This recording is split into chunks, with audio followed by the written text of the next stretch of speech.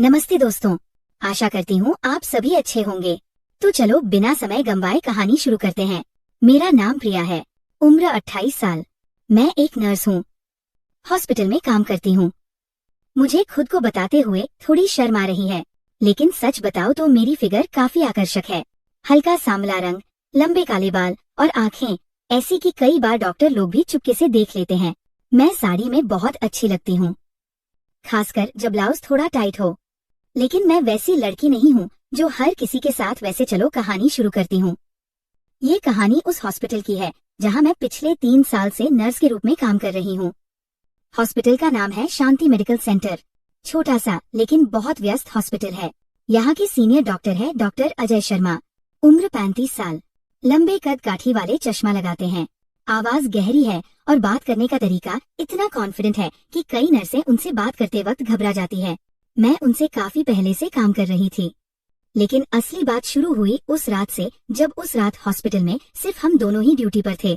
General ward में सिर्फ 3 मरीज थे, वह भी सो चुके थे। रात के 11:40 बजे थे। मैं नर्स स्टेशन पर बैठी रिपोर्ट लिख रही थी। डॉक्टर अजय अभी अभी राउंड से लौटे थे। उन्होंने अपनी व्हाइट कोट उतारी, कुर्सी खींचकर मेरे बगल में बैठ गए। प्रिया, आज तुम्हारी साड़ी बहुत अच्छी लग रही है, उन्होंने कहा। मैंने मुस्कुराते हुए कहा, धन्यवाद सर, लेकिन आपकी नजर तो हमेशा ही तेज रहती है। वे हंसे। फिर उन्होंने कहा, तुम्हें पता है तुम्हारे हाथ बहुत नरम हैं। जब तुम इंजेक्शन लगाती हो तो मरीज भी दर्द भूल जाते हैं। मैंने शर्माते हुए सिर झुका लिया, लेकिन अंदर से एक अजीब सा रोमांच हो रहा था। हम दोनों काफी देर तक बातें करते रहे, छोटी छोटी बातें, लेकिन हर बात में कुछ ऐसा था कि लगता था जैसे कोई और एहसास छुपा हुआ है।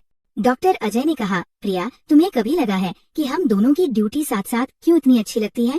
मैंने जवाब दिया, शायद इसलिए सर, क्योंकि आप बहुत अच्छे डॉक्टर हैं। वे मुस्कुराए। सिर्फ अच्छे डॉक्टर? मैंने उनकी आंखों में देखा और धीरे से बोली, और अच्छे इंसान भी। उस रात हम बहुत देर तक बातें करते रहे। कोई खास हुआ नहीं, लेकिन हवा में कुछ था, जैसे कोई अनकहा वादा। अगले कुछ हफ्तों में हमारी बातें बढ़ती गई, लेकिन बिल्कुल सामान्य तरीके से। कभी ब्रेक रूम में चाय पीते हुए, कभी लेट नाइट ड्यूटी में रिपोर्ट चेक करते हुए। डॉक्टर अजय कभी कभी कहते, प्रिया तुम थक गई हो लग रही हो, लेकिन फिर तुरंत बात बदल देते। मैं भी कुछ नहीं कहती, बस मुस्कुरा देती। एक दिन सुबह के 7 बजे की बात है। हॉस्पिटल में अभी शिफ्ट चेंज होने वाली थी। मैं ओटी ऑपरेशन थिएटर के बाहर स्टेलाइजेशन रूम में थी, अकेली। डॉक्टर अजय अचानक अंदर आए। उन्होंने दरवाजा बंद किया। खड़े थे। सर, कुछ काम था? हाँ, मुझे वह पट्टी चाहिए थी जो तुम्हारे हाथ में है, बस इतना कहा। फिर वे पीछे हट गए, दरवाजा खोला और बाहर चले गए। मैं वहाँ कुछ पल खड़ी रही। शरीर में एक अजीब सी गर्मी थी, लेकिन कुछ हुआ नहीं, सिर्फ इतना ही। फिर धीरे धीरे हमारी बातें और गहरी होती गई। एक शाम को हम दोनों हॉस्पिटल की छत पर चाय पी रहे थे। आसमान में बादल थे, हवा ठंडी थी। डॉक्टर अजय ने अपनी जैकेट उतारकर मेरे ऊपर रख दी। ठंड लग रही होगी ना? मैंने जैकेट को समेटते हुए कहा। आपकी खुशबू अच्छी है सर। वे हंसे। तुम्हारी भी बहुत अच्छी है। फिर बातें शुरू हुई। उन्होंने अपनी जिंदगी के बारे में बताया, कैसे उन्होंने MBBS किया, कैसे स्ट्रगल किया। मैंने भी अपनी बातें शेयर की, पापा की बीमारी, घर का बोझ, इस नौकरी का महत्व। लेकिन बीच बीच में वह ऐसी बातें कर देते जिनसे लगता कि वह कुछ बड़ा सोच रहे हैं। प्रिया, तुम इतनी सुंदर हो, फिर भी अकेली क्यों हो? मैंने जवाब दिया, शायद सही इंसान नहीं मिला अभी तक। वे मेरी आंखों में देखकर बोले, या फिर सही इंसान सामने है, लेकिन तुम देख नहीं रही हो। मैं शर्मा गई। बात को टालते हुए बोली, सर आप तो डॉक्टर हैं, दिल की धड़कन सुन लेते हैं। मेरी धड़कन क्या कह रही है? वे मुस्कुराए। कह रही है कि अभी कुछ कहना चाहती है, लेकिन डर रही है। उस दिन भी कुछ नहीं हुआ, सिर्फ बातें, लेकिन बातें इतनी थी कि रात को घर जाकर भी मैं सो नहीं पाई। समय बीतता गया। 3 महीने बाद एक खास किस्सा आया। एक बुजुर्ग महिला को बहुत तेज बुखार और सांस की तकलीफ थी। डॉक्टर अजय और मैं दोनों रात भर उसके साथ रहे। सुबह 5 बजे जब महिला की हालत स्थिर हुई तो हम दोनों थककर चूर हो चुके थे। उन्होंने कहा, प्रिया चलो मेरे केबिन में थोड़ा आराम कर लेते हैं। मैंने हिचकिचाते हुए हाँ कह दी। केबिन में सिर्फ एक छोटी सी सोफा और उनकी चेयर थी। उन्होंने सोफे पर बैठने को कहा, खुद चेयर पर बैठ गए। फिर अचानक बोले, रिलैक्स प्रिया, बस रिलैक्स। उनकी आवाज बहुत धीमी और गहरी थी। मेरी आंखें बंद हो गई।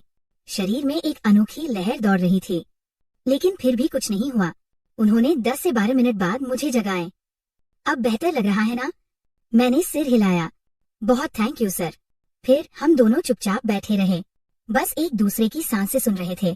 इसके बाद हमारी एक दूसरे को समझने की क्षमता बढ़ती गई, लेकिन हर बार कुछ अनकहा रह जाता। महीनों बीत गए। एक दिन हॉस्पिटल में बड़ा इवेंट था, मेडिकल कैंप। बहुत सारे डॉक्टर और नर्स बाहर से आए थे। शाम को प्रोग्राम के बाद डॉक्टर अजय ने मुझे अपने केबिन में बुलाया। प्रिया, आज तुमने बहुत अच्छा काम किया। मैंने मुस्कुराकर कहा, आपके साथ काम करना ही अच्छा लगता है सर। वे मेरे पास आए। उनकी आंखों में कुछ था। प्रिया, मैं तुमसे कुछ कहना चाहता हूँ। मेरा दिल तेज धड़कने लगा। हाँ सर, तुम मेरी जिंदगी में बहुत महत्वपूर्ण हो गई हो, लेकिन मैं नहीं चाहता कि हम कोई गलत कदम उठाएं। मैं शादीशुदा हूँ, मेरी पत्नी और बच्चा है, लेकिन तुम्हारे साथ जो फीलिंग्स है वो मैं कंट्रोल नहीं कर पा रहा। मैं चुप रही। वे आगे बोले, मैं बस इतना चाहता हूँ कि तुम जान लो कि मैं तुम्हें बहुत चाहता हूँ, लेकिन हम दोनों प्रोफेशनल हैं। मैं अपनी लिमिट्स जानता हूँ। मैं घर आई तो बहुत उलझन में थी। एक तरफ उनकी बातें, उनकी नजरें, दूसरी तरफ उनकी जिम्मेदारियां। मैं सोचती रही कि क्या ये सब सही है। फिर एक दिन हॉस्पिटल में बहुत बड़ा एक्सीडेंट केस आया। कई घायल थे। हम सब रात भर जागे रहे। सुबह जब सब शांत हुआ तो डॉक्टर अजय अचानक बेहोश हो गए। ब्लड प्रेशर बहुत गिर गया था। थकान और स्ट्रेस की वजह से मैंने उन्हें उनके केबिन में लिटाया। उनका सही आए तो सबसे पहले मेरी तरफ देखा। प्रिया, तुम यहाँ? हाँ सर। आप ठीक है ना? वे मुस्कुराए, कमजोर मुस्कान। अब ठीक हूँ क्योंकि तुम हो। उस दिन मैंने उन्हें पानी पिलाया, दवाई दी, उनकी पत्नी को फोन करके बताया, लेकिन उनकी पत्नी शहर से बाहर थी। दोपहर तक वे ठीक हो गए, लेकिन मैंने उन्हें घर जाने नहीं दिया। कहा, आज आप आराम कीजिए, मैं हूं ना। शाम को जब हॉस्पिटल खाली हो गया, मैं उनके केबिन में उनके पास बैठी थी। वे बोले, प्रिया, आज तुमने मुझे जितना संभाला वो मेरी पत्नी भी शायद नहीं कर पाती। मैंने कहा, सर, ये मेरा फर्ज है। नहीं, ये फर्ज से ज्यादा है। फिर उन्होंने मेरी तरफ देखा, बहुत गहरी नजर से। प्रिया, मैं तुमसे प्यार करने लगा हूँ, लेकिन मैं अपनी फैमिली नहीं छोड़ सकता। क्या तुम मेरे साथ इस तरह रह सकती हो? बिना किसी दबाव के, सिर्फ दिल से।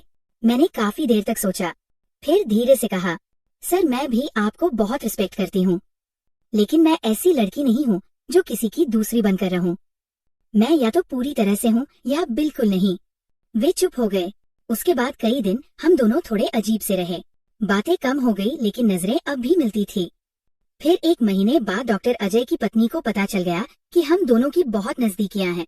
उन्होंने हॉस्पिटल में आकर सीन क्रिएट किया, बहुत शोर मचाया। मैं रोई। डॉक्टर अजय ने मुझे बचाने की कोशिश की, लेकिन मामला बढ़ गया। अंत में डॉक्टर अजय ने फैसला किया कि वह अपनी फैमिली के साथ रहेंगे। उन्होंने मुझे अलग से बुलाकर कहा, प्रिया, मैं तुम्हें कभी नहीं भूल पाऊंगा। तुमने मुझे वो फीलिंग्स दी जो सालों से नहीं थी, लेकिन मैं अपनी बच्चों का घर नहीं तोड़ सकता। मुझे माफ कर दो। मैंने रोते हुए कहा, मैं समझती हूँ सर, आप जा सकते हैं, लेकिन अंदर से बहुत दर्द था। कुछ दिनों बाद मैंने हॉस्पिटल में रिजाइन कर दिया, नई जगह जॉय कर ली। समय बीतता गया। 2 साल बाद मैं अब एक बड़े हॉस्पिटल में सीनियर नर्स हूँ। शादी कर ली है। मेरे पति बहुत अच्छे इंसान हैं, डॉक्टर नहीं लेकिन बहुत केयरिंग हैं। एक दिन अचानक डॉक्टर अजय मेरे नए हॉस्पिटल में आए किसी कॉन्फ्रेंस के लिए। हम दोनों आमने सामने हुए। वे मुस्कुराए, प्रिया, तुम बहुत खुश लग रही हो। मैंने कहा, हाँ सर, अब हूँ। वे बोले, मैं खुश हूँ तुम्हारे लिए। सच में? फिर उन्होंने धीरे से कहा, वो सब याद है ना? मैंने सिर हिलाया, याद है सर, लेकिन वो सब सिर्फ यादें हैं, अच्छी यादें। वे कुछ पल चुप रहे, फिर बोले, तुमने सही फैसला लिया था प्रिया, मैंने भी, लेकिन कभी कभी सोचता हूँ अगर वो रातें और आगे बढ़ जाती तो क्या होता। मैंने मुस्कुराते हुए कहा, तो शायद आज हम दोनों यहाँ इस तरह नहीं मिल पाते सर। शायद हम दोनों के दिल में सिर्फ पछतावा होता, लेकिन आज दिल में सिर्फ प्यार भरी यादें हैं, बिना किसी गिल्ट के। वे हंसे, सच्ची हंसी। तुम अभी भी वही स्मार्ट और समझदार लड़की हो। फिर हम दोनों ने चाय पी, पुरानी बातें की, सिर्फ 2 पुराने दोस्तों की तरह। कहानी का अंत यही है। कई बार लगता है कि इंसान को प्यार करने के लिए सिर्फ दिल और समझ की जरूरत होती है। और हाँ, डॉक्टर अजय आज भी अच्छे डॉक्टर हैं, अच्छे हैं, और मैं अच्छी नर्स। बस कभी कभी पुरानी यादें मुस्कुरा देती हैं। तो दोस्तों, दमदार थी ना कहानी?